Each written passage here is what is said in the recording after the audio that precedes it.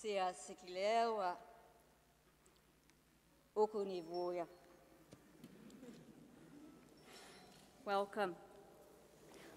Welcome to Graça Machel, who is not only the Vice Chancellor of the University of Cape Town, but the former First Lady, and as everybody in this room knows, we are blessed to have had her energies over many, many, many years of her engagement with a very wide range of issues to do with rights, children's rights, women's rights, human rights, all of them not in the spirit of some segregated neoliberalism, but in a commitment to an imagined society, one in which the questions of violence, discrimination, hatred and cruelty that we've been glossing as we've moved through this pre-program have no place, have in fact no language.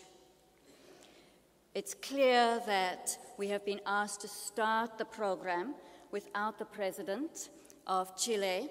We hope that she may be able to join us, and it is in fact in her name and the name of the Nelson Mandela Foundation's 12th annual lecture series that we have been honored to respond to Machel's request to hold a dialogue around the issues of gender at UCT. Once again, I'm Jane Bennet, and may I welcome you on behalf of the African Gender Institute to our campus. I'd also like to welcome a number of other people in the room, Machel, who was our former Vice Chancellor. I would like to welcome all the members of NGOs who do the kind of work at a daily basis of fighting for the questions of gender justice, whose eradication is something that sometimes it is hard to imagine. It is always useful for me to remember in this work that for many of us who were engaged in the struggle for political liberation, we do not yet have economic liberation, but we have political liberation in the years of the 70s and 80s and perhaps long before that. For some of us, it was not actually possible to imagine what it would be like. That didn't stop anybody from fighting. It didn't stop anybody from envisaging another way.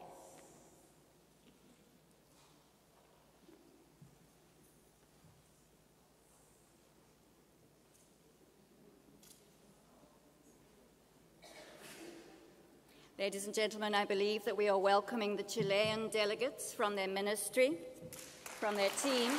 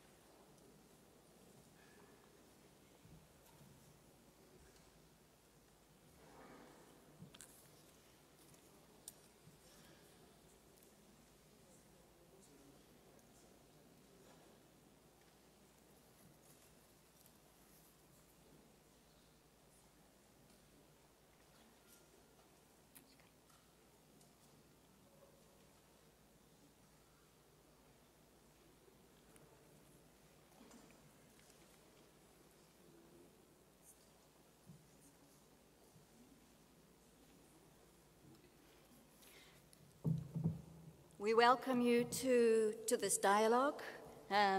Tenemos el honor de darles bienvenida a nuestra universidad.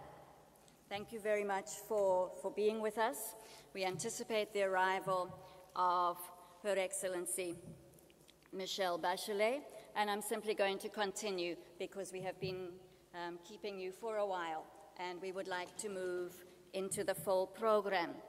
We've heard a little sense of what some of the issues are. One thing that I would like to put into the mix, I have a very, very smart sister. She has more houses than I know how to count, and huge intelligence. When I told her I was going to be working with this dialogue, and I was also speaking to her about issues of Marikana, issues of Palestinian conflict.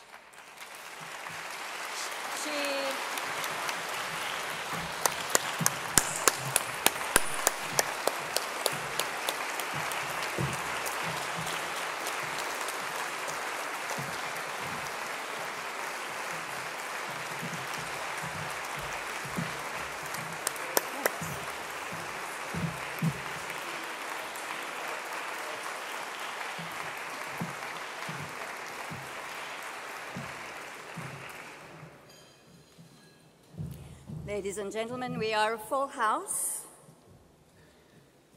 Madam President, Your Excellency, I will say it again. Tenemos el honor de darles bienvenido a nuestra universidad. Thank you very much for being here. We welcome all distinguished guests who now include the Vice-Chancellor of the University of Cape Town, whom I will request in a moment to take over from me in formal introduction to Graça Machel. To finish what I was saying beforehand, setting the tone for our discussion. So here was my very smart sister. Here was us having a conversation about political issues. Gaza, Tigray Morris, Marikana. She said to me, yeah, but you won't be talking about those today. Those aren't gender issues. She's my sister. Why is it that so much strategic, poetic, analytic language and movement building has forgotten what it means to take the politics of gender and sexuality seriously at every level? Why do we think Marikana is not a gender issue? How do we move forward to reintegrate the best of our experience and knowledges into what it means to take the politics of gender and sexuality seriously for political and economic liberation? I welcome and thank the Nelson Mandela Foundation for this opportunity to talk again with you, and I invite formally the Vice-Chancellor of UCT, Dr. Max Price, to take the podium.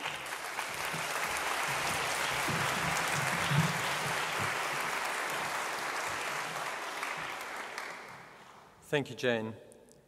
Your Excellency, Ms. Michelle Bachelet, President of the Republic of Chile, UCT Chancellor and former First Lady of the Republic of South Africa, Mrs. Graça Machel, former First Lady of the Republic of South Africa, Ms. Zanele Mbeki, respective ministers of the Republics of South Africa and of Chile, Ambassador of the Republic of Chile in South Africa, Mr. Gabriel Zepeda, trustees of the Nelson Mandela Foundation and Chief Executive Officer of the Foundation, Mr. Sello Hatang, former Vice-Chancellors of UCT, Dr. Mampela Rampele, President of the SRC, Chair of Convocation, distinguished guests, ladies and gentlemen. It's a great pleasure to have been invited to host this event, this important dialogue around the position of women and gender issues at the University of Cape Town. As an institution of higher education, and especially a research institution that focuses on bringing positive change to South Africa and to other parts of the developing world, to Africa, and to the world more generally, we have a special affinity to an event such as this. Today you will meet some of our academics, and I know you have already met some of them in the pre-session, who are directly involved in teaching and research at this university and at some of the others in the region. For example, They represent the Gender, Health and Justice Research Unit, which does interdisciplinary research that unites scholars, NGOs, and practitioners in the pursuit of the elimination of violence against women and children in Southern Africa. There are speakers and representatives from the School of African and Gender Studies, Anthropology and Linguistics, from the Africa Gender Institute, which is a feminist research unit committed to political work on the African continent, with a focus on writing, publications, research processes and partnerships, and network building and participative learning. The Center for Law and Society, a critical and very influential voice in debates about customary law and traditional leadership, and the tensions that arise when those customary law systems live side by side or within Western constitutional democracies. The Institute for the Humanities, for the Study of the Humanities in Africa, also has a number of researchers here today who focus on gender and sexuality. So the study of gender and sexuality and reproductive health is certainly a major concern of ours. And of course, it's the implementation of that in the wider society that this dialogue hopes to promote. I have the privilege of introducing you to an individual who is the formal host of the event today, Mrs. Graça Machel, who has played an important role in the history not only of South Africa, but certainly of Mozambique and of the African continent. And we're especially privileged to enjoy her influence at UCT as our beloved Chancellor. Mrs. Machel, born in southern Gaza province of Mozambique, there are different Gaza from the one just being referred to, studied Germanic languages at Lisbon University, and during Mozambique's War of Independence from Portugal, she worked underground in Mozambique's liberation movement, Frelimo, which had set up schools in liberated territories and within their training camps in neighboring Tanzania. After independence, she became the Secretary of State for Education in the liberated Mozambique, and soon became Minister of Education and Culture in the post-independence Mozambique government, and the only woman in cabinet. She held the post for 11 years and can claim many successes in that post, such as cutting illiteracy by 22% and increasing the school-going population from less than 500,000 to 1.6 million. So it is her history steeped in liberation struggle and in education that positions her particularly well to be our Chancellor and to speak to us or to host this event. She's also, as you know, worked alongside two great liberation leaders who led their respective countries to freedom, the late President Machel and, of course, the late President Nelson Mandela. And in both these marriages, she stood out as not only a support to her husband's work, but as a leader in her own right. So, as the Vice-Chancellor of UCT, it gives me great pleasure to invite Mrs. Machel to the podium to welcome you all and to say a few words.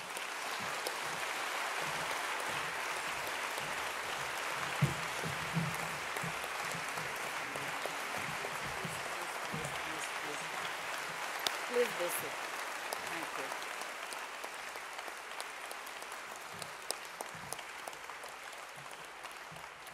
Good morning. Good morning.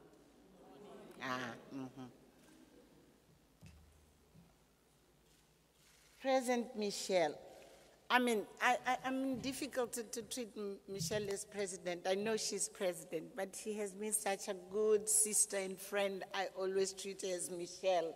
I'm sorry, and it's not anything of disrespect, but I feel much more comfortable to say, welcome, Michelle, to this university. And welcome to all of you to this very important day for UCT. As an institution, we pride ourselves of being very much part of the debate of issues of fundamental importance for our society.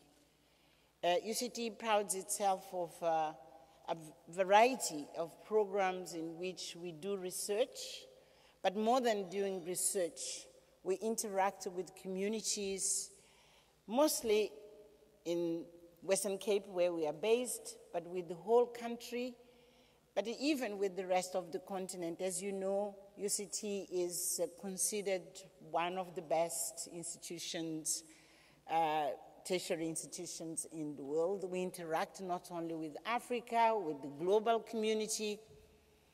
So it is for us a fundamental issue to debate and to find some insights for challenges which are of human race, human family nowadays. Just if I can go a little bit out of the theme, I consider that for human family today, there are two major challenges which we are grappling with. We have no clear path of how to deal with them to solve. One is race, second is gender. If you look around the world, there's no many countries who can praise themselves of having managed to have a cohesion of society in which the issue of race is not a challenge. To accept one another regardless of our pigmentation and to say race is not a problem. Even in societies which are more integrated, but if you go deep, you realize that there is still stratification on the basis of race. Am I lying? No. Second, it's gender, and which is our discussion today. And I don't intend to preempt the bright minds which are going to enlighten us this morning, but I would like just to submit this.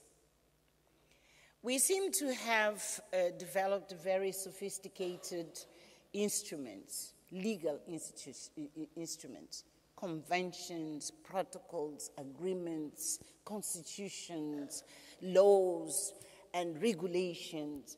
We actually have, at least in the case of South Africa, we do have very strong institutions which are expected to implement issues of equality in our society.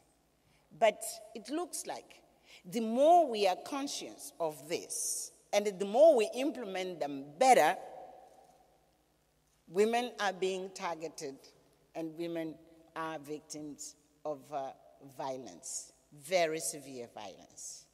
It looks like the rise of women in the political, economic, let me say at workplace. So in public space, the rise of women in public space, it is enacting a process in which men feel they are losing power and control.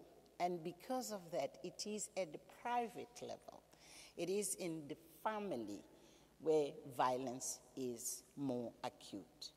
Because publicly, you can, but you have much less space of being physically violent. There's a lot of psychological violence against, even at workplace. Again, there's very few countries, I don't think there's actually any country which can say it has reached equal work, equal pay.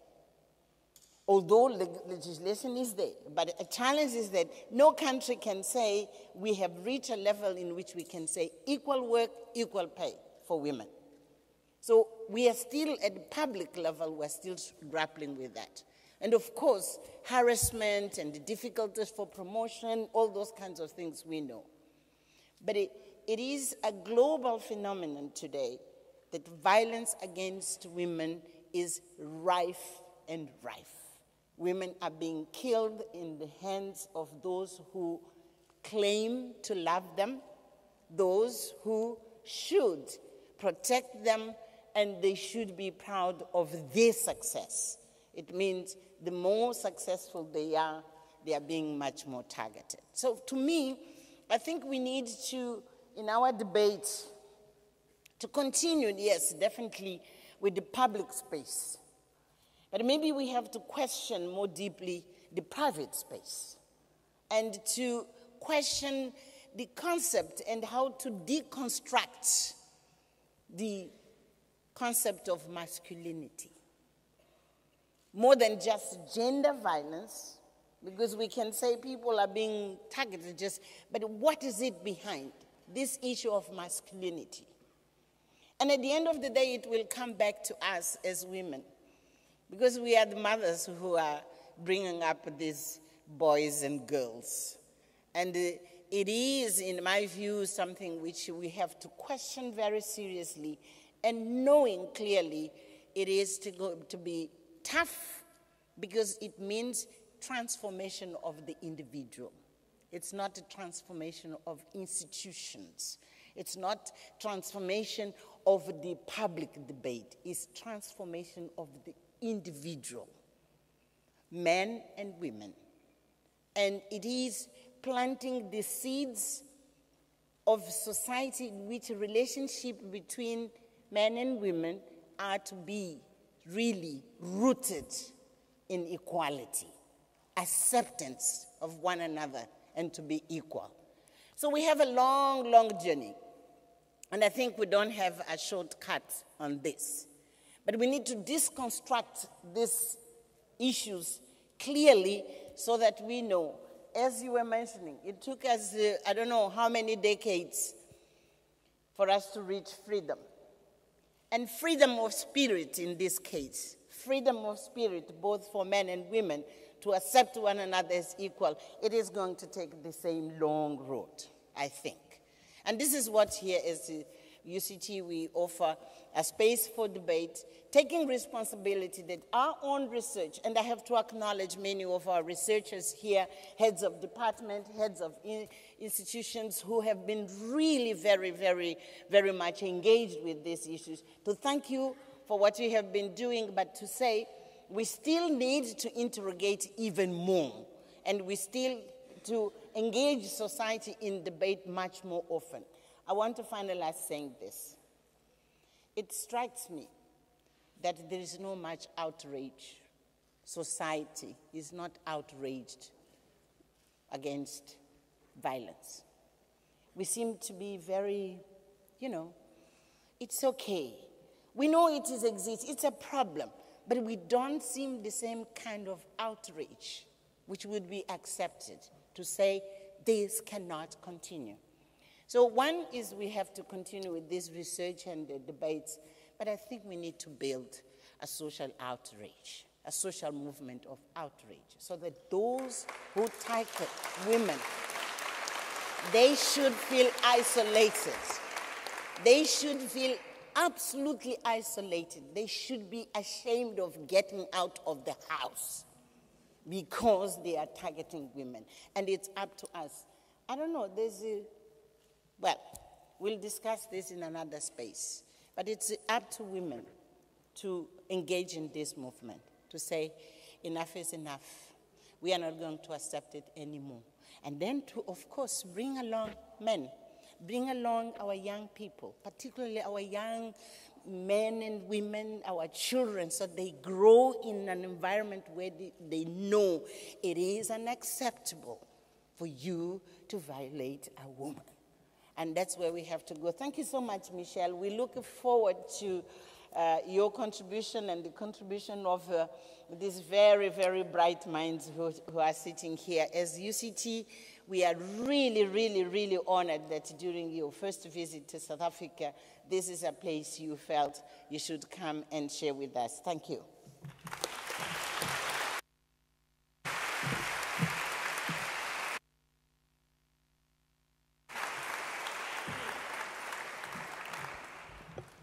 Thank you, Machel. Thank you for those words. Yaliwe Clark works at the African Gender Institute. She has been working with us this morning, facilitating some of the discussion. She herself has very deep activist and research interests in issues of peace and violence and women's peace activism in Eastern Africa and Southern Africa. It's my honor to ask her to introduce to you Her Excellency, the President of Chile.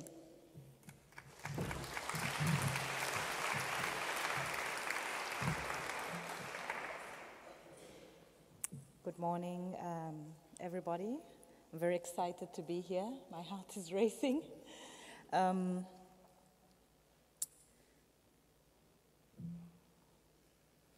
Yes, Her Excellency, the President of Chile, Michelle Bachelet, we welcome you to this debate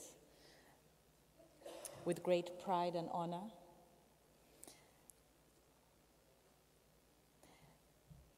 In December 2013, you won a landslide victory in the first ever presidential race between two women candidates, giving her a second term in the top decision-making position in Chile. This is your second term of office.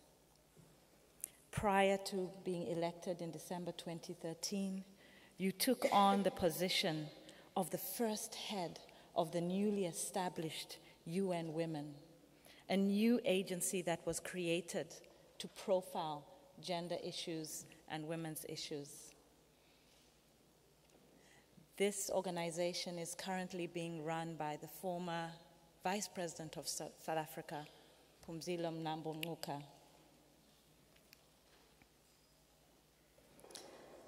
I'm also aware of your history in Chile's contested, as many political histories are contested.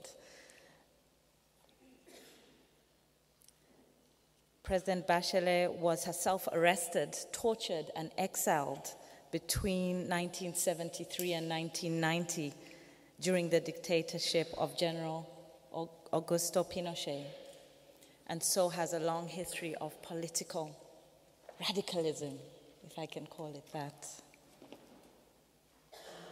Besides naming the first cabinet, one of the first, perhaps the first cabinet with gender parity, she has also given visibility in her speeches and I would call it political and grounded activism on gender equality. And this conversation that she has made prominent still exists and persists in Chile. In her accomplishments include the 2008 reform of the pension system in Chile, which introduced a basic pension for poor homemakers who have never earned a wage outside the home, as well as a stipend per child for all mothers. Another flagship program of our administration, which has been replicated in other countries in the region, is the Integral Protection System. She has also made strides in terms of early childhood and a program called Chile Crece Contigo. I'm not sure of the pronunciation. Chile Grows With You. And this is a program that provides supports for parents and children from conception through to age 4.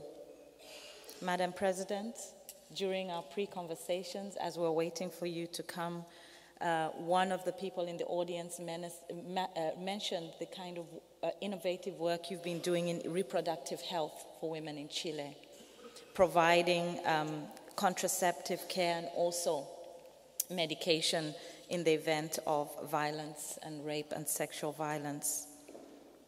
Other major gains for women in her government include the large number of free day centers and nursery schools established throughout the country, which have given women more freedom to enter the labor market and a law aimed at bridging the gender wage gap that Graça Machel mentioned. We are making progress legally, but still practically yet to make progress. And this gender wage gap also grants labor benefits to domestic workers, another area of the labor force that is still across the world dominated by women. I'm sure there is more to say about Her Excellency, and we're really honored to have you present to share some of the recent work that you've been doing, but also to give input on this conversation we're having here in South Africa. What does it mean to make substantive gender justice possible? Thank you very much. Let's welcome Her Excellency to the podium.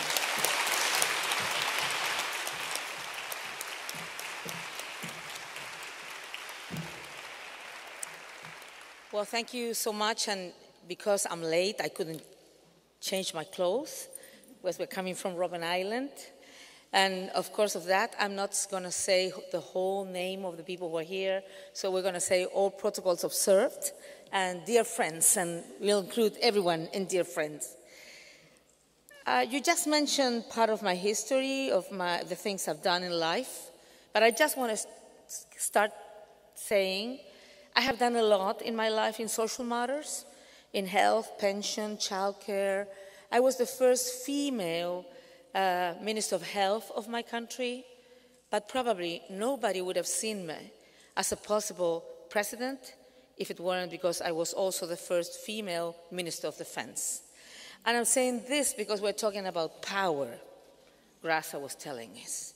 And I'm saying that because it's not only having the truth or being right what will permit women to play the role and to have the opportunities and ensure the rights I should. We need to do much more than that. Just to be the right position is not enough in the world. And it has always been like that, and you know it so well from your own history. So, having said that, let me say that it is a special honor for me, this getting together with all of you the day after celebrating National Women's Day, recognizing those women who bravely mobilize and stand against arbitrary discrimination and oppression of the apartheid, but demonstrating the action slogan that women really do have the strength of a rock. And I do believe that women have the strength of a rock. So that's why when we're discussing UN Women, because it was supposed to be UN Women, that was the short name for the UN, Women's Organization for Gender Equality and Women's Empowerment. But to be honest, I don't think we need to empower women, because women are powerful. What we need to do is to enable all the conditions so those powerful women can really do what they want to do in terms of politically, socially, economically, etc. Having said that, let me start with 3 ideas. The first is that when you look at the history of the world, of course we can say there has been important progress made on equality struggles over the past decades. Second, that we have a lot pending tasks, none of them which can be put off any longer.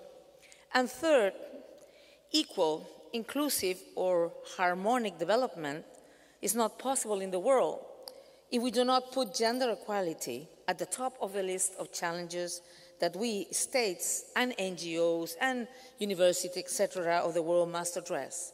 And listening to Graça, she mentioned 2 essential issues that we need to deal much better with it, because we're yet far away where we should be. And you mentioned race and gender. And I was thinking, and that we could also include it in diversity, because we are not dealing well with diversity. Could it be ethnical diversity? Could it be sexual orientation? Could it be all kinds of diversity in the world? And we're not dealing well with that either. Yes, we have had progress on health and education in the world history in the last decades, if we compare it, but poverty has mainly a female face. 800 women still die daily while giving birth. Still today, women's presence in higher education, politics, and paid employment remains the minority. Or I should say, women in decision-making position still very rare. And in Latin America, for example, 85 women die when you take the rate of maternal mortality. 85 in 100,000 births, women die, and in sub-Saharan Africa is 646 every 100,000 births. In the female workforce, 53% of the developed world, the female are 53% of the task force, of the workforce, 26 in the Middle East and North Africa. In Chile, it's in between, 42. And in order to get there, we had to include a lot of different policies. Policies towards children, childcare, and others that will permit really women to have access to work in adequate condition. In education, in the developed world, nearly all girls reach primary education.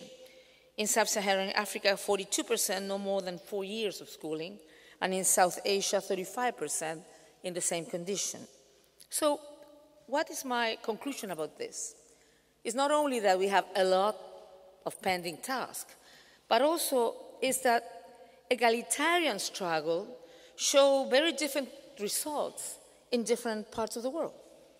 So we need to have strategies for a double inequality. The inequality in each country between men and women, and it's completely true. There's no country in the world that is equal pay to equal job. Neither in the Nordic countries that are supposed to be the more advanced in terms of rights. So everybody has to do much better on gender issues.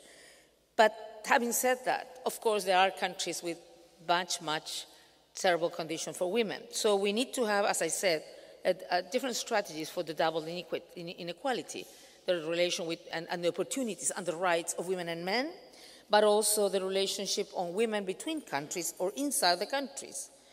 The majority of the countries have ratified the Zero Convention, and more than half here in Africa have ratified the Protocol of the Right of the Women in Africa. Yet, Graça was remembering us that even though we have this important amount of legal frameworks, laws, conventions, etc., we haven't advanced in the same rhythm. I would say we discuss a lot and we work a lot on this in UN Women. When you look at violence against women, it's worldwide. Violence against women, you will see it in rich people, poor people. You will see it in very educated family and with no education. You will see it in all parts of the world. So what is what we're doing wrong? Or what is what we haven't addressed yet? I don't have the answer, I'm sorry to say, otherwise probably I will win the Nobel Prize. But I have some ideas anyway.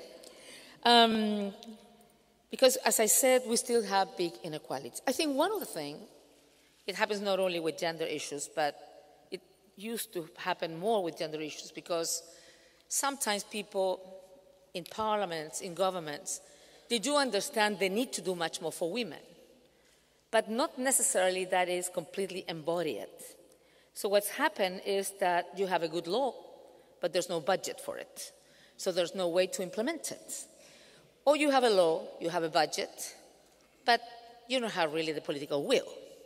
So there's so many factors you have to deal with in terms of making that legal framework work for women adequately. Or some other times the laws are looked in a partial way and not in a comprehensive way. One of the things that I'm concerned about, for example, in violence against women, because we're not talking here about rocket science. We know what works on violence against women.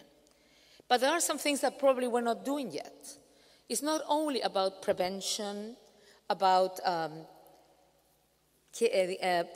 promotion of healthier forms of relationship between children. And for me, one important thing of the nurseries that we develop in my country is I think you, from the beginning, from the very early stages, you need to develop a culture of relationship, of respect between people, men, women, girls, boys, diversity and respect for diversity in our societies.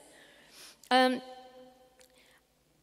of the things is that we are leading sometimes to the consequences, but we're not leading with the factors leading to discrimination, leading to violence or abuses. Because we all know that violence is not, and particularly sexual violence, is not about sex. It's about power. It's about domination, or sometimes humiliation even, when we're talking about sexual violence in war, as a means of war. But there's still a lot of things that I think we haven't touched yet. And the thing is that there's no one, not only there's no one size fits all, but there's no one recipe or no one tablet that will solve the problem. We need to have a comprehensive approach. We need to deal with many different things. And of course, we need women leaders, role models, strong women that can show that women can. It's amazing that we need to demonstrate that in the world, but still it's like that. You know, in Chile, we have advanced. This is my second term. We skip a period because in my country we cannot be re-elected immediately. And now you have a female president of the Republic. We have right now the female president of the Senate. We have a female as in the biggest confederation of trade unions in my country. And we have female at the biggest students' association of the biggest university of my country. So you look at that, you will say, okay, that's the perfect world for women. Not yet. We have only 17% of female in parliament. So the thing is that because we have all these women, I'm sure it will be faster, we will move faster. And for the first time this year, we will be able to put in place a quota law for women. Because for many years I've been trying to do that, I never had the support from the political parties. But now, and I think it's because women, we have been paving, the way, that now it's impossible for them to say no anymore and to have good arguments. So what I'm saying is that even though things are not as we would like, we are been improving and we need to continue improving. But there's other things that are invisible. And feminist groups and women movement has been speaking for so long about glass ceiling. But what do we know now? That glass ceiling, yes, but it's not only glass ceiling.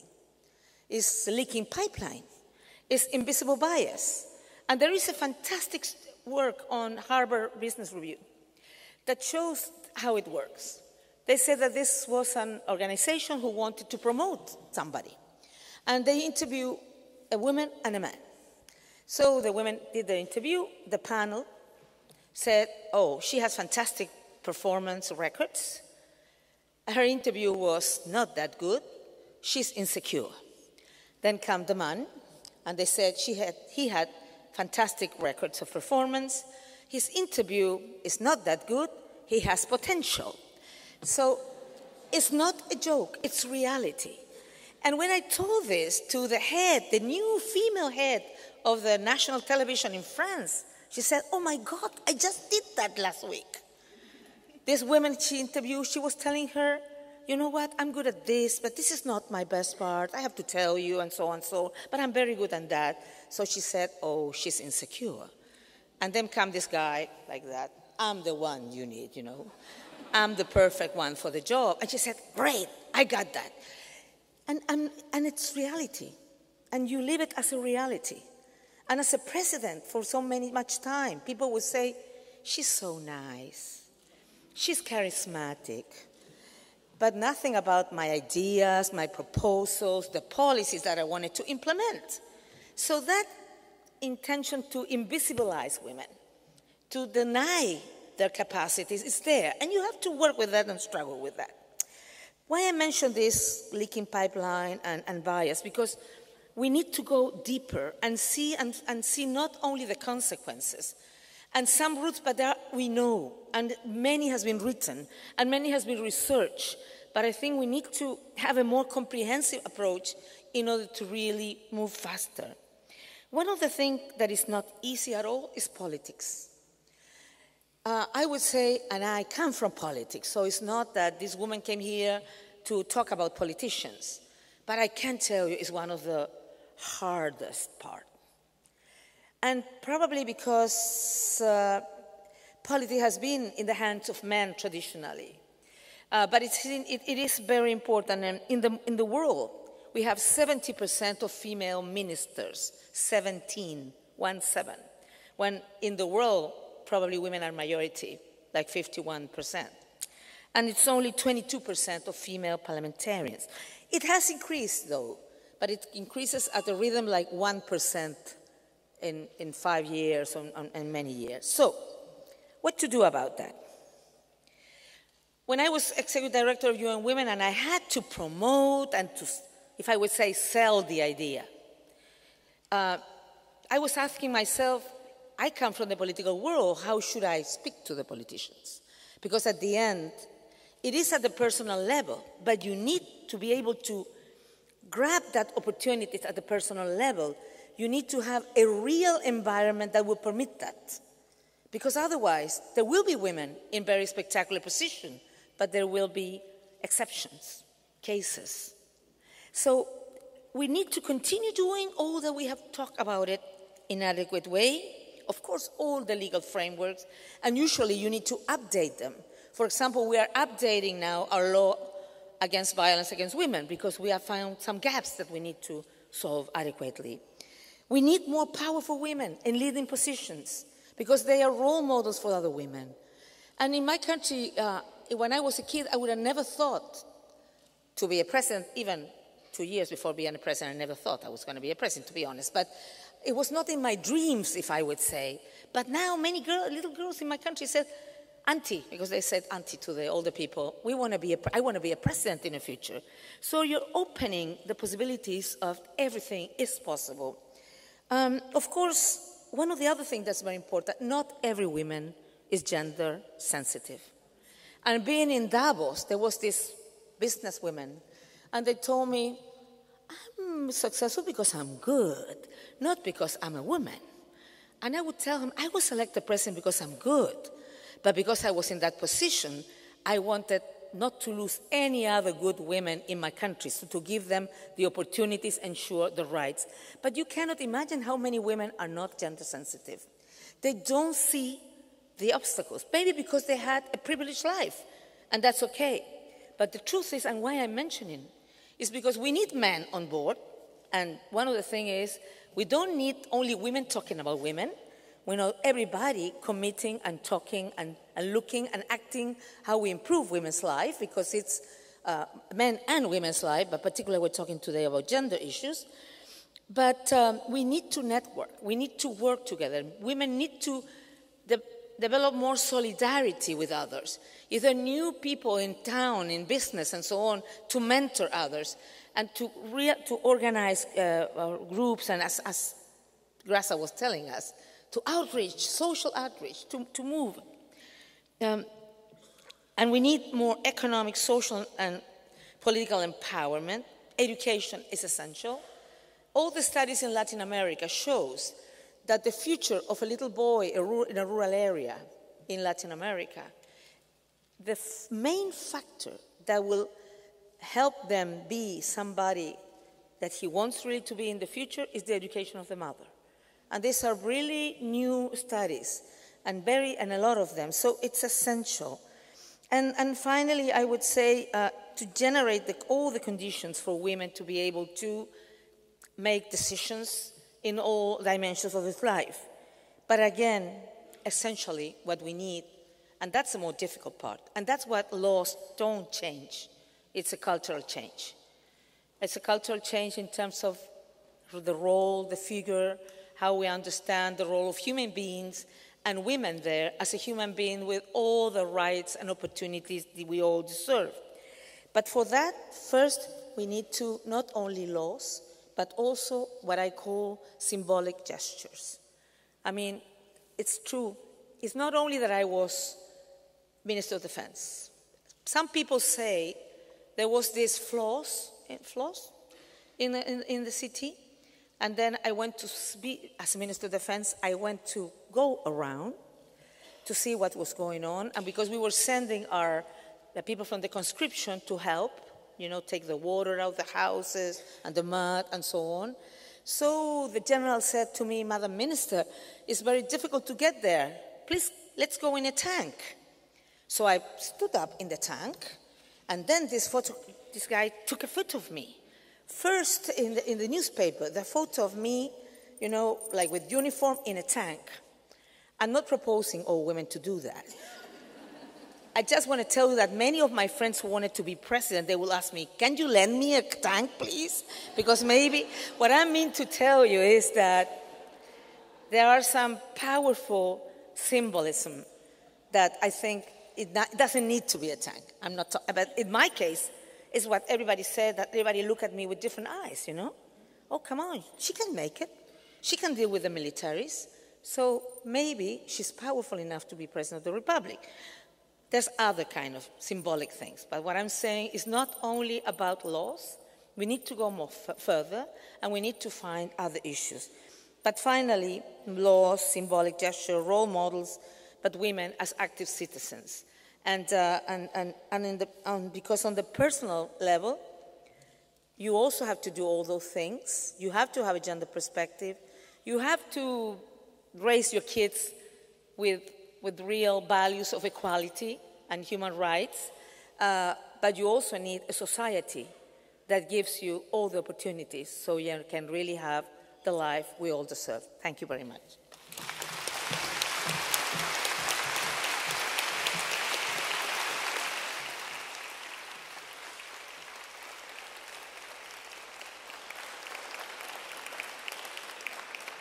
I wish we could have heard you speak for another hour and had 16 rounds of question and answer. But we need to move on with our program, and due to the time factor, what we'll do now is have the three speakers respond, and you're welcome to respond to each other. But the first speaker, Noboniso Gaza, I will invite you to respond to President Bachelet's input. If you can, if there's something that, that resonates with some of the things you are going to say. But we still hope to have an interaction with the audience. So please, Noboniso Gaza, I'd just like to say a few words about you and bring you. So she's an ardent feminist, activist, writer, and she's written a book that I've certainly drawn on, which she has 3 chapters, Women in South African History, and she also has been writing on the making of a man amongst Amakosa. Cut. Please come forward, we welcome you to make your inputs.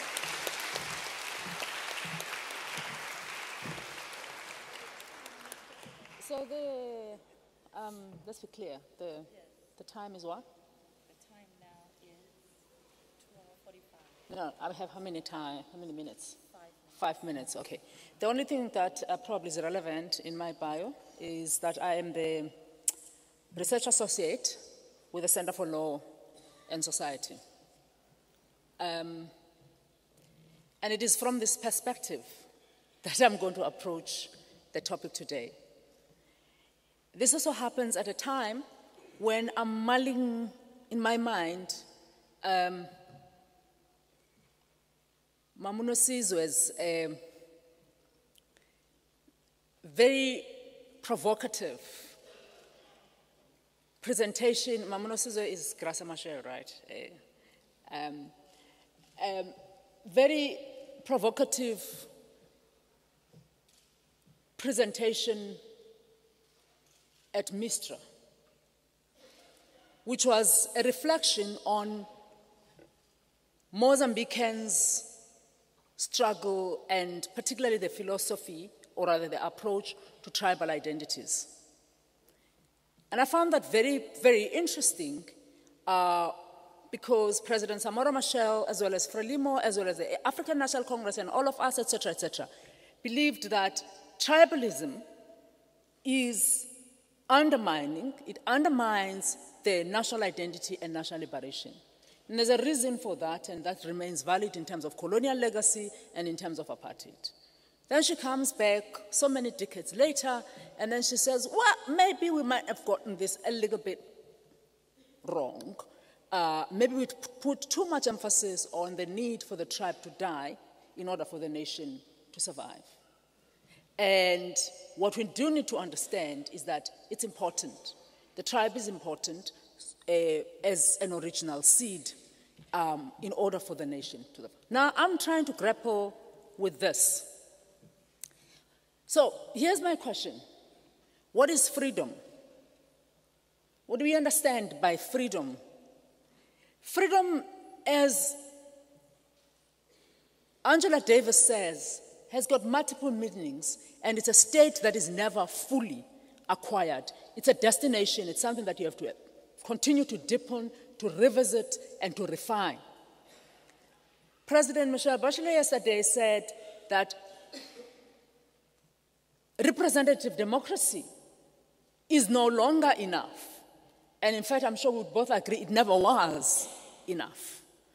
And that people want more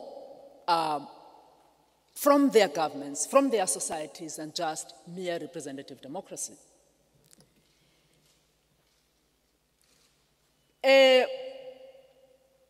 Machel says that it seems in South Africa that the more structures that are created and the more laws and the more women seem to be visible, the more violence is facing them. I want to argue that actually the problem is in the point of origin. It is in the point of how we conceptualize freedom. It is in the point where we conceptualize these structures. It is in the point where we conceptualize what gender equality is. Here we are talking about structural inequality. We are talking about an identity that is so deeply embedded.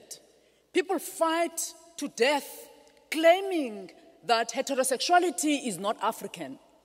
And you look at them, in the name of culture, they say, but this is not us. And I say, I'm sorry, but you know fuck all about your culture and African sexuality.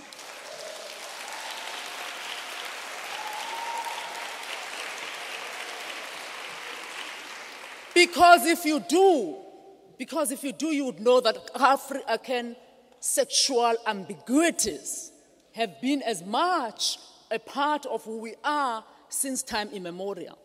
So when you don't name these things, when you don't talk about violent masculinities, when you don't talk about militarized masculinities, when we have the general, 15 years after freedom, coming in and telling us, stomach in, chest out. And we talk about war against poverty. We talk about war against violence against women. We talk about our language is military. And indeed, if our language is military, our thinking is military. And our behavior is military. Our economy is militarized. Whether it is through the barrel of the gun or whether it is through using other forms of violence. It is important, therefore, that we recognize that in the world right now, we are facing a deeper crisis than we can imagine, and that is a crisis of imagination. It is a crisis of revisiting things anew, describing the problems anew, and revisiting that which we hold dear and that which I, as a 14-year-old who was detained, believed in, and thinking, perhaps I need to refine my thinking. This is important for us, as Cynthia Enloe says in her book, A Curious Feminist. She says, it is important, curiosity is important for feminists, because if we're not curious, we do what we have done all over again. And then she says that ultimately what happens is there's one word that comes out when we are no longer curious, and that word is always. We have always done things this way. It is our tradition to do this thing. It is our culture to do this thing. And we need to be able to say, let us be curious. The situation calls for us to be very, very curious and to be to have a daring imagination. To say to our presidents, and I'm going to be very controversial here, to say to our presidents, I'm sorry, if that is your definition of Africanness, keep it to yourself.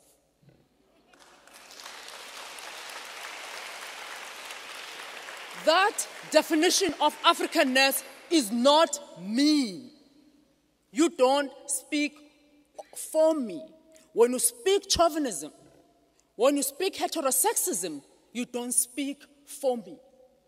When you come with laws ostensibly to reverse the legacy of apartheid in terms of marginalization of African customary law and in terms of marginalization of African customary systems, and in fact, you deeply embed the apartheid system of thinking and to deeply embed the colonial defined way of culture and tradition, that you are no longer thinking as a government, you have reverted to always, and it is a tradition. And that is not helping us right now. Thank you.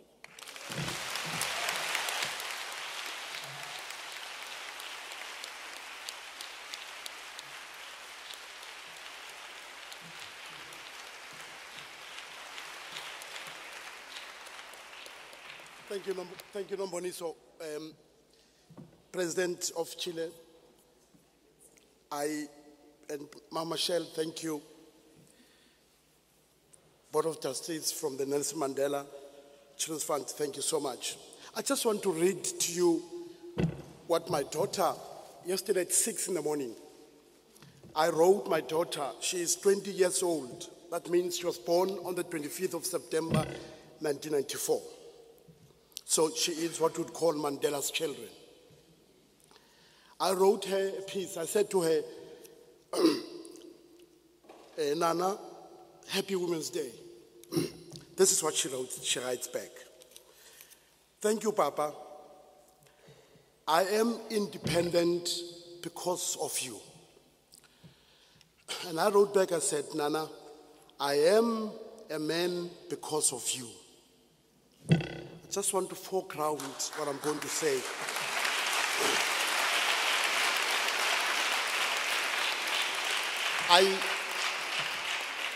I just want to say, to foreground what I'm going to say, that the elephant in the room is the role of men.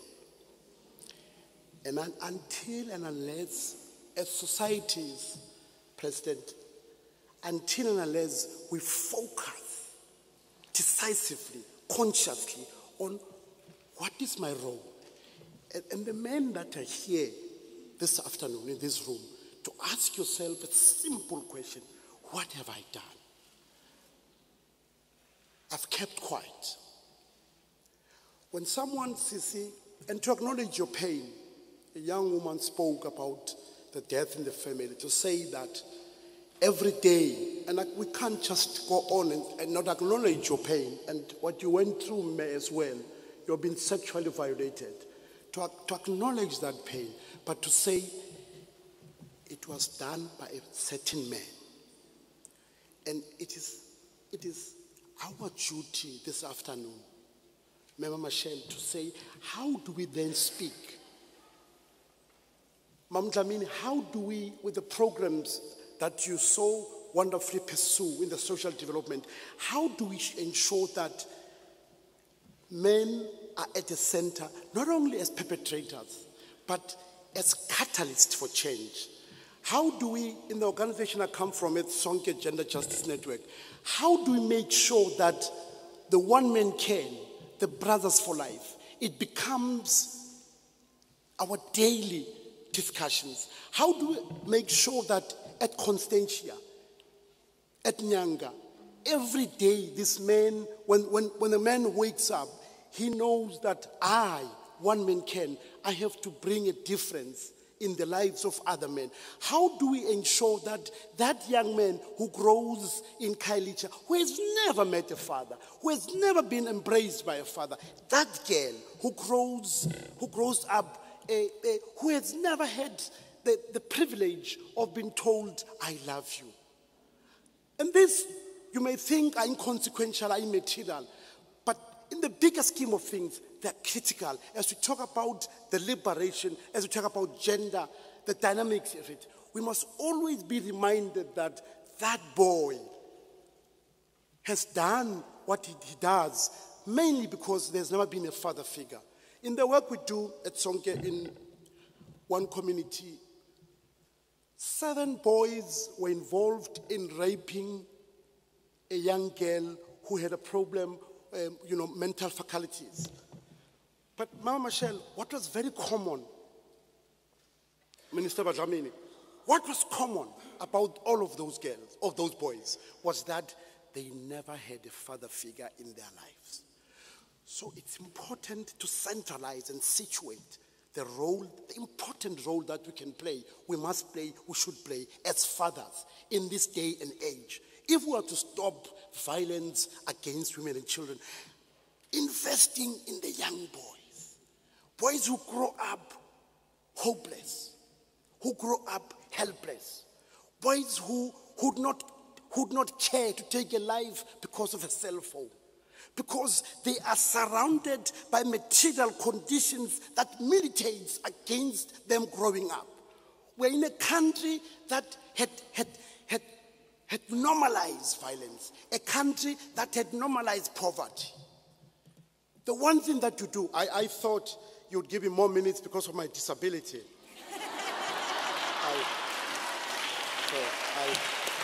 I'm disappointed. I am disappointed. I'll tell Sponganjalo, my daughter, and say, Nana, they treat us the same. They violate us. I'll tell my daughter, Sponganjalo. Yeah. Well, something I didn't tell you is that I have two disabilities. The one is my surname, and the other one is this one. I got shot by police in 1986 in the head. The bullet went through during the liberation of this country. That's why we must never forget or take for granted this freedom. That people died for this freedom. People paid the ultimate price.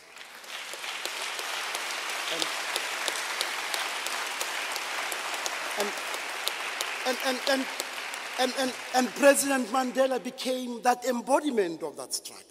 He became, and this is what you said, President from Chile, what you said yesterday, that, President Mandela, what kept him alive was whenever he saw South Africans, he saw himself in us. So it's important that we must never for one moment even forget that people paid the ultimate price. But also to go back and say, if you engage in men, you must also be alive to their struggles every day.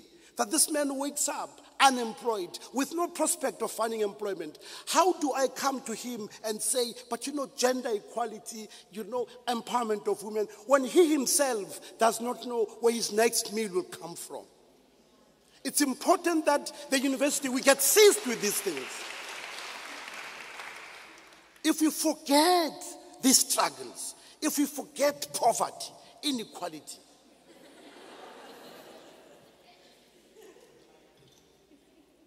if we forget these struggles, we will not be able to deal decisively with violence against women. I just want to say, as I close, let's invest in the boy child.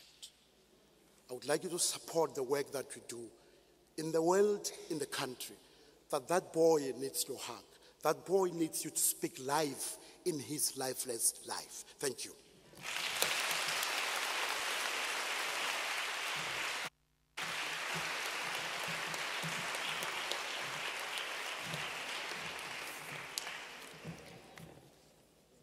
President Bachelet,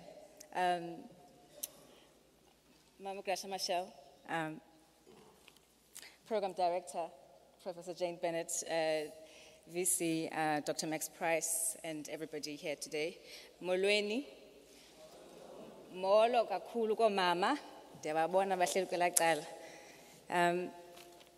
Thank you for the opportunity to raise these issues, and I want to take a particular note from where Mama Machel left off, and that is to talk about the outrage that you say we do not have. And I want to connect that to the talk that President Bachelet gave yesterday and today that focuses and highlights and almost encourages issues around diversity and the importance of difference. And these are important issues for me, particularly as a member of many groups who sit outside or who sit on the margins of society in South Africa. So I will read. But as I stand here, I stand here remembering the pains and the gains of the many women who marched and paved the way for us. I wonder why I remain enraged. Enraged by the silences that continue to mute the experiences we carry on our bodies. Earlier, Artie talked about that. I'm enraged that 60 years into the Women's Charter, life for many women has remained the same. I'm troubled that the silences exposed by women such as Tenjiwe Mtizo, Zubeida Jaffa, and many more in the earlier liberation movement are still deafening.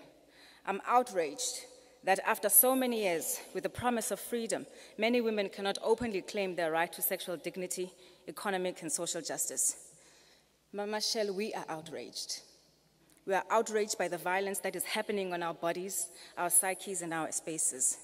We are angered that here in Cape Town, Nonsekelo Kyakyaka's murderer continued to roam around township streets, greeting Nonsekelo's mother and bragging to friends about how he killed the 21-year-old woman. After refusing to sleep with him, he murdered her. He wrapped her body in a blanket. Only a year later was her body found, dumped and decomposed in a rubbish bin in the murderer's yard. How can we not be outraged when men think they can take our bodies without our consent? When they believe that a woman's sexuality is only for the preserve of men? And when a woman is a lesbian, her sexual preference, who she is, and her political stances are an invitation to harm and violate her body? How can we keep silent when our bodies are chopped and mutilated? When Thapelo Makutle's murderer in Kuruman in Northern Cape believed, like many people in this country and in this continent, that being a gay man or a transgender person or a lesbian is ungodly and African. The murderer expressed his prejudice and beliefs by beheading 23-year-old Thapelo Makutle. He hacked his head off, his genitals, cut out his tongue, and then stuffed his testicles in his mouth. Where is the humanity in our time when prejudice and hatred precede the appreciation for difference and love? To whom can we run when the criminal justice system fails us, when our perpetrators are let free because when we die, our deaths and the sorrows of our families become insufficient evidence to arrest a known murderer? When our activism towards justice is delayed by court postponements, when a mother awaits for her child to come home only to find out that the boy next door has kidnapped her child, violated her body, and left her to die after inserting a toilet brush into her vagina. We cry with Dudu Zilezoza's mother, who continues to go to courts hoping for justice for her daughter's death. We cry with her as she waits for her eldest daughter, the sole breadwinner, to return home and put food on the table. We mourn with her even when our sorrow mutes our pleas. We choke in grief because we know that here in this country, in this continent, to be a black woman, a lesbian, a transgender, or an intersex person is to have a political battle waged on our bodies. African presidents erect their elections on the bodies of women, on lesbians and gay bodies, on bodies they deem uncultured and African. As women from Nigeria to South Africa, we express our outrage and we forge our connections forced by the urgency to resist the forms of domination that aim to keep our sexuality and gender in a position of inferiority and subordination. History has shown us, Machel, that freedom comes with taking risks. Like many who have risked their lives, their children, and families for this nation and the liberation of people, we continue this work. This is the question you asked us. We continue this work of liberation, until we all are free.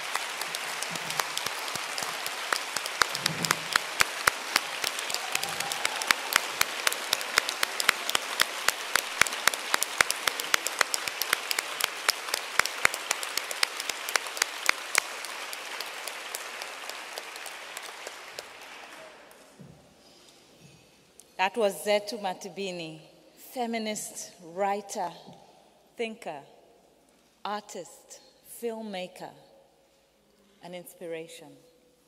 We also heard from Buiselo Bota, activist, radical, father.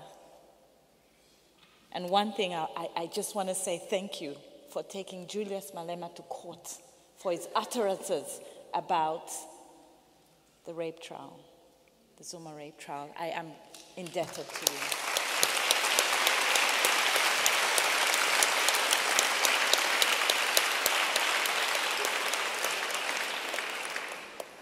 Okay, we have a few minutes to speak amongst ourselves, to engage with our last three speakers. The President, His Excellency, will need to leave very soon, and so we will speak for the next 7 minutes. We had a pre-dialogue. Please, those who are willing to speak, grab a mic. Those who are close to the microphone, please make your way to the 2 microphones in the aisle. Otherwise, raise your hand and I'll identify you to speak from where you are.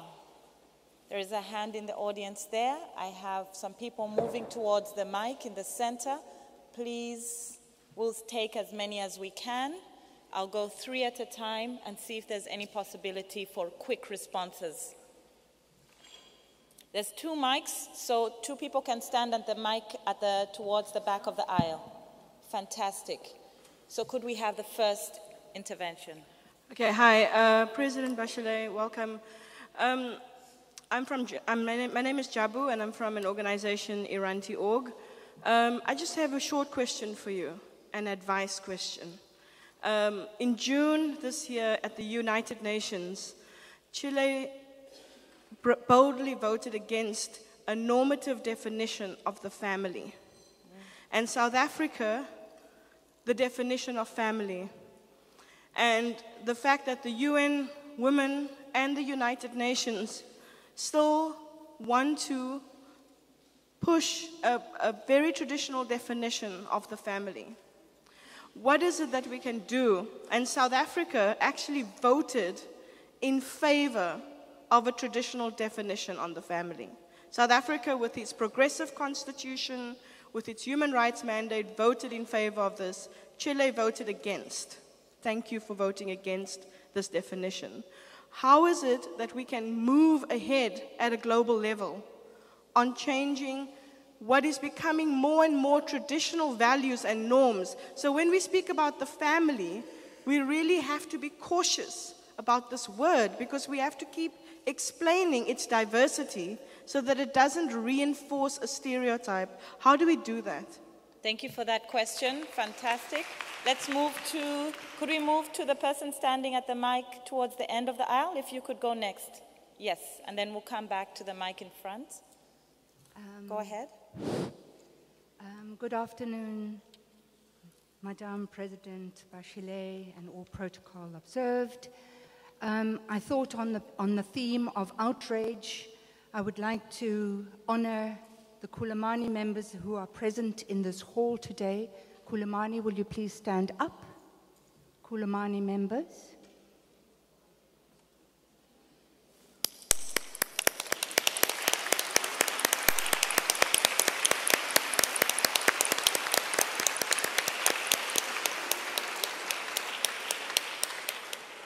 President Bachelet, we have 85,000 members of Kulamani. Kulamani means to speak out. Most are women. All are survivors of gross human rights violations and torture.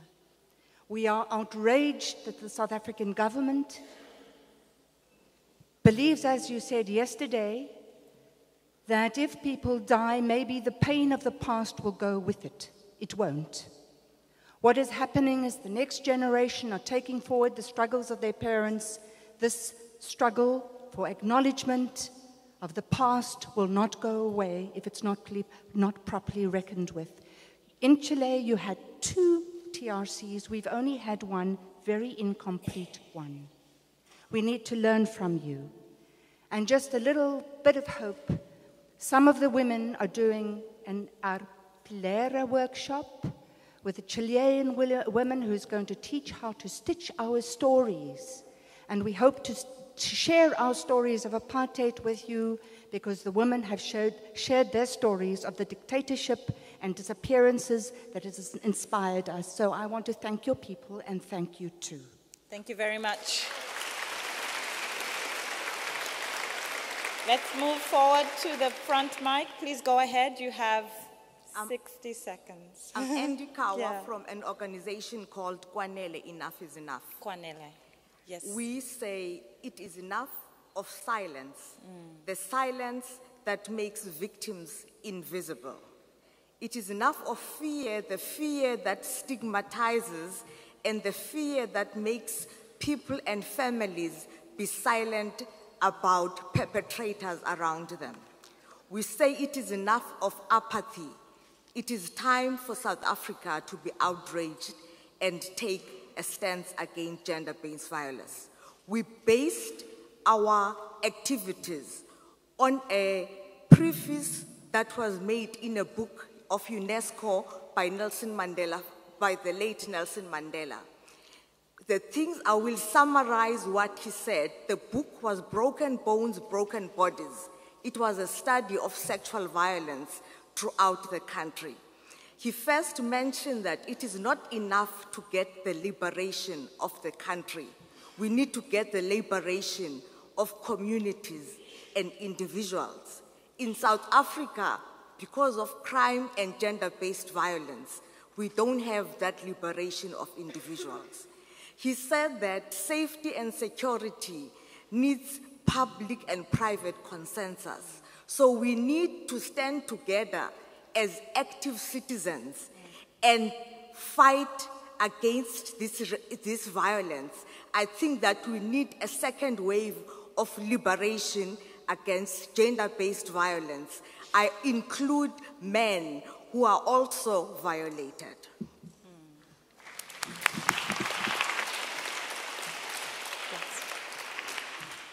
As Ilitela Bantu in its 25th year journey in the fight against violence on women and children, I'm not going to be taking time going that. We are on a journey of redefining what rape and sexual abuse is all about. We are saying, let us all get together in the social outrage against putting more emphasis on the harm against the body, which can be washed with water and soap, but look at other means of dealing with the ruptured souls of the people. By that, we want to put a challenge to all of us by saying, let us plead with the government to refrain from fragmentizing those services through selective funding, but look at, don't pitch each other against the activism, because activism have died. We need to say today and tomorrow, we need to look at programs that are going to be looking at removing the shackles of poverty that makes us victims rather than by social beings that are responsible for their care. Thank you. Thank you very much. I think what we'll do is we'll take the last two people lined up and just check in with our speakers for any quick response. Yes? So let's move to the mic that's at the far end of the aisle, and then we'll come forward. Good morning to everyone. When Professor Bennet was saying, explaining the story of her sister about those art and gender issues, and I was saying, I'm coming from the climate change community, and we share lots of these frustrations also where climate change is not an issue by itself, but it's about energy and mining and competitiveness and our consumption patterns, behaviors, etc. And so we felt that also we would like here to bring that we need to kind of also build bridges between the gender and the climate change issues. And so I'm part of a South-South collaboration where the government of Chile and South Africa, I'm very engaged, also academics, UCT with Universidad de Chile and Católica, and we're exploring different development paths to transition to a low-carbon economy, society that is equal and fair. And I think the MAP Chile team is doing a great job in having this conversation, but I think it's fair to say, and I would like to ask the colleagues in Chile, but that we, so MAP Chile, like the South Africans, are struggling to address the gender issues in there. And therefore, if I may, I had like 2 points for consideration for Her Excellency Michelle Bachelet. So there's a next opportunity now in the Ban Ki-moon summit in few months' time, and we're already doing some steps in making the Sustainable Development Goals, talking to climate change goals.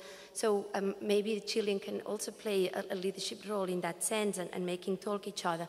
And also maybe considering how to continue these conversations, domestic conversations like Machel, but also many other initiatives, to have these conversations on what's the Chile we want and how does the Chile looks like, and it should be this comprehensive approach where we all talk to each other, climate change, gender, and other social equity, like inequality, other issues. So yeah, Thank you very much. Thank you. Let's have a last input. Hi, good day. My name is Danique Smith, and I'm a 20-year-old, and I'm a victim of domestic violence.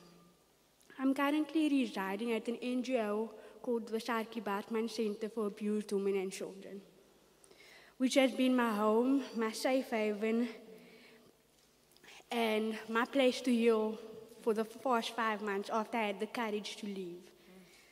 I'm going to share a bit of my story to help you to understand how all our lives are affected by all the issues that you have mentioned today. I did not grow up with parents, right? So ultimately, I seeked for love in a man, right? I stuck in that situation for 7 years because I had no way out. I had nothing else, right? I have matric. I did all the necessary things that I could have done. At the center, they empower us. We get computer courses. We do things to empower ourselves. But the reality of our situations is, where do we go from here, right? I don't have money to go and study, but I'd love to study. We don't have housing. We apply for jobs like crazy, but nothing comes our way. We are given the time to, pick ourselves up, to do what we are able to do ourselves. But I mean, where do I go from here? The shelter helps a lot of people, and we have a certain time frame. So after that time frame expires, where do I go? What do I do? And this is an issue that is affecting each and every woman sitting in our row, because that's the reality of our situation. We have kids. My kids are in foster care because I'm not able to care for them, but yet I'm a woman standing who has been through hell and who has the determination to make something of my life, to turn my life around. But where does the help come from? As we've done what we could from outside. So all I can basically say is that as women who have been abused, we pray for a bright future that will, that will help us forget the pain of the past, but an outreach needs to come into place. Thank you very much for sharing that. Very powerful input.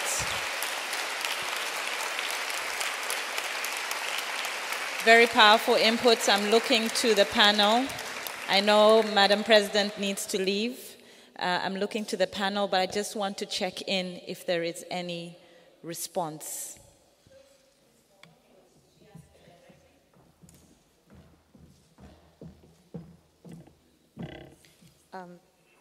One thing I want to thank for the testimonies and of your experience, personal experience, or your experience on struggling against violence against women and for gender issues. And of course, climate change is always has to include the gender perspective.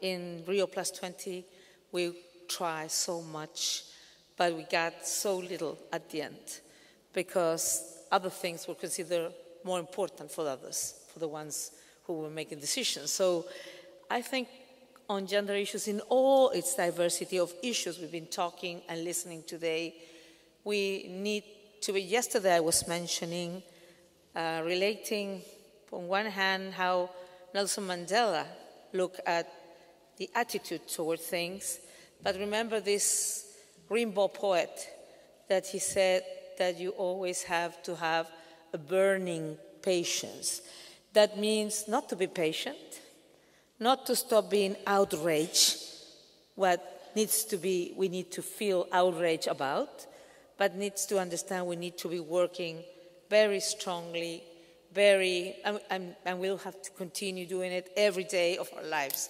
because women had never got anything for free. And we will continue conquering and combating and struggling for our rights. But you asked me, my friend, how do you do that? Let me tell you something. Probably my predecessor would have approved the traditional concept. I come from a traditional family, but I have been for so many years the head of a family. So for me, it's obvious. It has been obvious that you can never speak about one single type of families. In my country, there are many kinds of families. Men, women, monoparental, men or women, single, same-sex families, etc. So how you make that reality is taken as an important thing by the one who makes decisions. I cannot give you the answer. I just think we need to speak out loud about the things. People need to continue organizing, and I'm completely convinced of what somebody of you said. Women's organizations, NGOs, civil society need support, because government has some role to do. And sometimes, because of different reasons, political mainly, cultural sometimes, or economic, they can't go further. So we need the civil society to also, from bottoms up, push the government so they can move the line, if I may say. But we really need you. We really need you, because sometimes you will have a president or prime minister in those cases that is willing to do, because it's in its bones, it's in its reality, and really believe it. But some others need to be pushed, need to be incentivized, if you might say. So please continue doing what you've been doing, because I know that the world needs you, and the women of the world needs you in all our diversity. Men also, and of course, what you said, engage men is essential. One of my frustrations as UN Women Executive Director, that I went over the world and there were only women, first, when we talk about it, and second, only women that we were convinced about the things. And that happens to me now when I'm a president of the Republic and I go to a place where everybody loves me, and I said, I don't want this kind of acts where everybody there thinks the same as me, because what I want to convince people who don't think like me, that we need to do a fiscal reform, or we need to do an educational reform. So don't make me think that we're all the same. Let's go to the people who think differently, who don't agree on what I'm saying. So, and I think that's a job we need all to do together. But so, just one last thing about violence against women. Of course, violence against women need a political will, need budget, need shelters, need judicial systems that works accordingly to it. We need to work with the health sector, with the judicial sector, and with the police forces, so they're really sensitive about this. And sensitive means caring about the women, but also doing what they have to do, making the perpetrators, receive what they need to receive. But also, I think, we need to think in a different way. And what makes me think of that, and even though when I went to Denmark, Sweden, nobody's doing what I'm going to say, and I think if we're not doing it, we're not going to make things right. Some pains are forever. That's true. Political pains, emotional pains, to be a victim, of course, is something that is in there. But speaking with women who were victims of trafficking for sexual, as for sexual trade, if I may say, they said that usually all kinds of programs are very short, just some months, some years. So we are not doing almost anything on secondary prevention with the kids that were victims of violence, or they witnessed violence, or the death of one of their parents. And these women, that they were victims of human trafficking, they were telling me they needed years of work, of intervention, of support to really be able to stand up again after 15, 17 years of being held like slaves and being trafficked by others. So I think on violence, we need to think big, we need to think long-term, and not only short-term, because otherwise we will be helping, and of course we need to do all the other things, engage men and so on, but we need to change the way we're doing things, because we're not doing it right. Thank you very much. Thank you very much.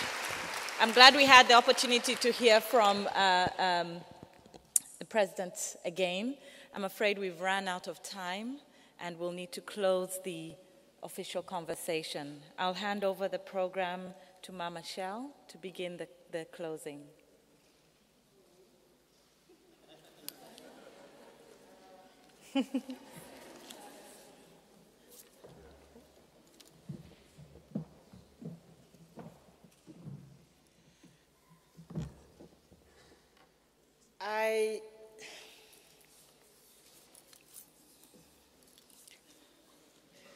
I don't think I have words at the end of this session.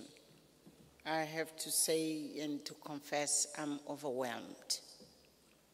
And I would like to suggest, maybe in a selfish way, that this debate should continue. I don't think I have the strength and the courage to say, thank you and let's go. I think we need to regroup. So I want to thank you all for having come today, for having, at least from my perspective, for having given me an opportunity to listen. And I think I will be talking to you all and to see how we continue these discussions, most probably with a different format, but we need to continue to talk, and not only for talking, but to see what are we doing? What are we doing? But Michelle, thank you so much. I don't think really we can thank you enough. I don't think we can thank you enough.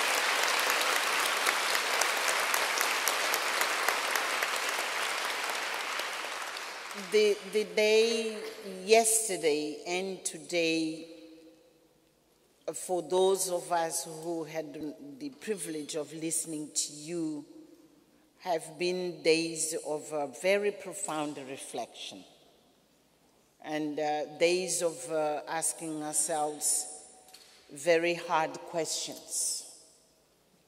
And so I just want you to know that your coming to South Africa has touched in a very profound way those who had opportunity to listen to you.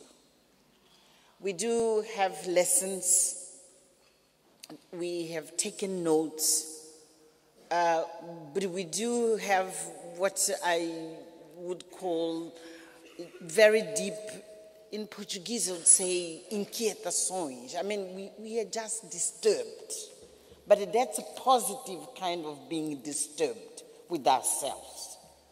So we have to thank you for having really succeeded in shaking us and taking us out of our comfort zones And so we are hoping we will have an opportunity to engage with you, of course, in the different formats as well, to engage with you, and we welcome some of the suggestions which were made for us to continue the debate from that corner of the world. And to thank you, my brilliant minds. I'm so proud. I'm so really proud of you. You organized this debate in a way which has matched very, very well with the debate which Michelle had started with us. To leave us with that sense of discomfort with ourselves. So I want to say thank you. This discomfort is welcome. It's needed.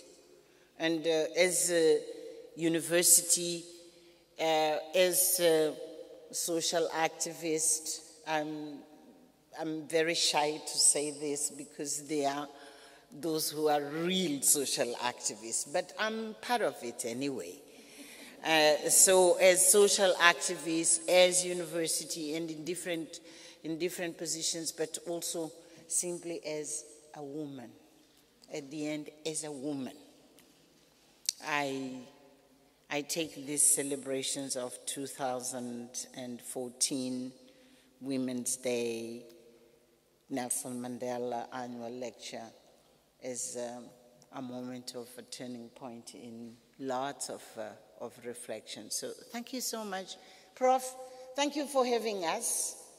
And again, I would like to thank many of our researchers, or many of our young minds who are trying to understand a lot of who we are and where we are going. To all of you, keep it up, and thank you so much. You make this institution very, very proud. And at the end of the day, I wanted also to thank the different groups of our mamas who have been working with us, or we have been working with you. It's much better. And we thank you mostly for sharing your lives with us. And we know in many aspects we have been failing you, but at least there is an attempt to connect. There is an attempt not to ignore what is happening around our own space and try to connect. And in that sense, we want to thank you so much also for having come here and share with us. I want to, tell me again your name, my young lady.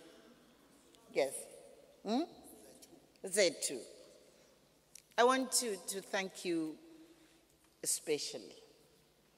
The standing ovation which you had here, and I was sitting there, and I was feeling like, oh my God, where have I been, and what have I been doing? And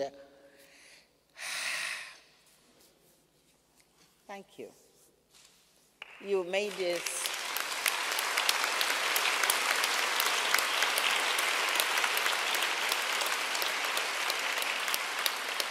And as I said, this conversation cannot end here. It cannot. How it is going to continue, I do not know. But to all of you, thank you, and thank you very much.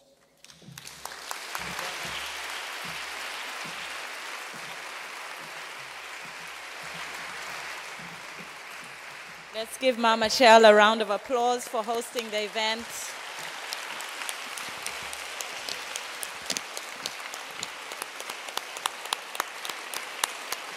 To give the final close, I will call on the Chief Executive of the Nelson Mandela Foundation, Mr. Sello Hatang.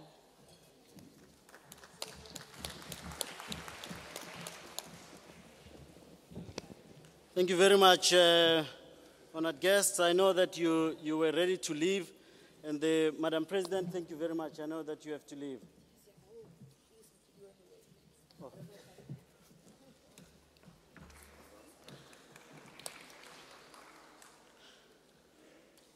President Bachelet, Machel, Professor Ndebele, and fellow trustees, VC Max Prize, honorable panelists, Professor Bennet, and our facilitator, anyone who can stop the president to say you've got 2 seconds is very powerful.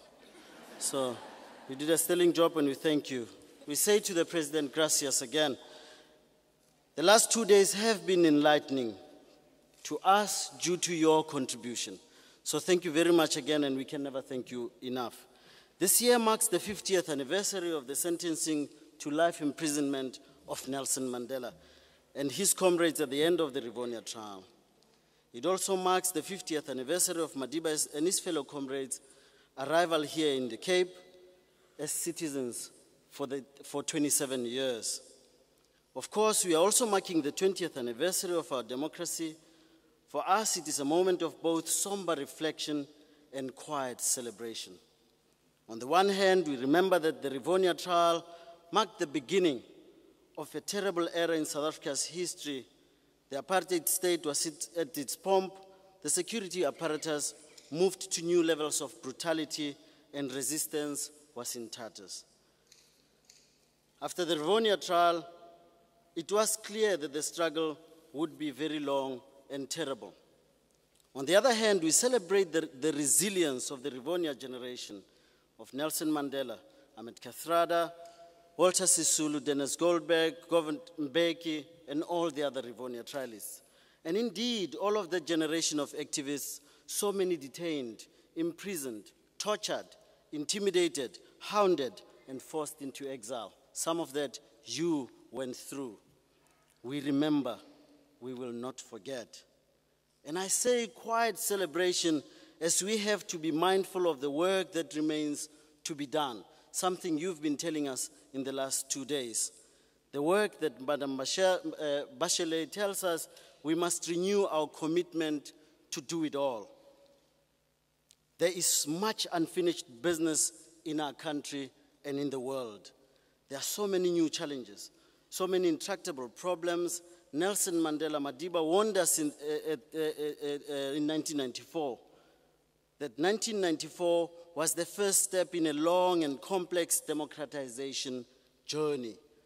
He alerted us to the fact that that long walk never ends. Friends, his foundation is committed to that endless walk. We reach out to all of you to continue the work tirelessly to build democracy and realize freedom. And we salute those who support such endeavors. As we progress in actively addressing, reckoning with, and learning from our pasts, we are drawing deeply on the experience of those who went before us, our own forebears, our ancestors, our founding fathers, and our founding mothers, those who lost their innocence. We are also learning to stop thinking of ourselves as exceptional. In fact, you've been saying that over and over and over. As a country with magical abilities and powers beyond the experiences of others. Yes, we did have Madiba magic, but we are an African country after all, with lots to learn from the rest of Africa. We are a nation of the South with much to learn from the South, which apartheid strove to separate us from. We are a modest global player with much to learn from the older players. The Nelson Mandela Foundation is committed to that, and we are saying to you, Zethu, we are saying it's important that we listen to what you said. And I think it's important that we also remind ourselves of Madiba, what Madiba said when he said, the foundation has been laid, the building is in progress, with a new generation of leaders and a people that rolls up its sleeves in partnership for change. We can and shall build a country of our dreams. There is a lot more work to be done through wrestling with the basic principles of democracy and freedom, like equality, whether female, male, Catholic, Jewish, or Palestinian. Until we all experience these as individuals and as communities equally, our journey and responsibilities have not ended. And President Bachelet, you reminded us that we should never beat ourselves on the chest about what we have made possible in terms of numbers. And in fact, you said numbers don't count, but it's power and influence that counts. And I think it's important that we note, friends, that all of us have to walk that long journey that Madiba called us to do. For me, today represents a moment which I call Nelson Mandela and that generation of leadership. A moment all about connection, about solidarity, partnership, and endurance. The Chile-South Africa relations is a partnership which promises all these qualities. What President Bachelet told me earlier on is that there is power in solidarity because it gives those who feel oppressed hope. And hopefully we will continue to do that. Madiba was dreaming on Robben Island. Michelle Bachelet was dreaming while being tortured in prison. Friends, I know that you are still dreaming. We have this in common. We dream. And we work with those who dream to make those dreams possible. My message is simple, and it's to say, work with us. Let's work together. I think Madiba, if you want to again remind us what Madiba said, when he said, when a man has done what he considers to be his duty to his people and his country, he can rest in peace. I believe I've made that effort, and that is therefore why I will sleep for eternity. Madiba is sleeping now. Are we up for making that effort possible? Do we hear the call of duty, the call to be enraged? Are we together as we are enraged? We must continue to be enraged, to be outraged. I could hear the silent screams as Zethu was reminding us of what is inhuman in us. I could hear us say, stop, stop, don't tell us anymore, we've heard enough. I could hear all of us in that silence say, we don't want to hear anymore, but we need to be reminded. So I'd like to say to the UCT and all the others who are involved with this initiative, Africa Gender Institute, and the donors who made it possible, we thank you. To the Nelson Mandela Foundation and all of us, I say, we have a duty. Nelson Mandela called us all to dream. He called us on all of us to walk that long walk. May we continue to walk.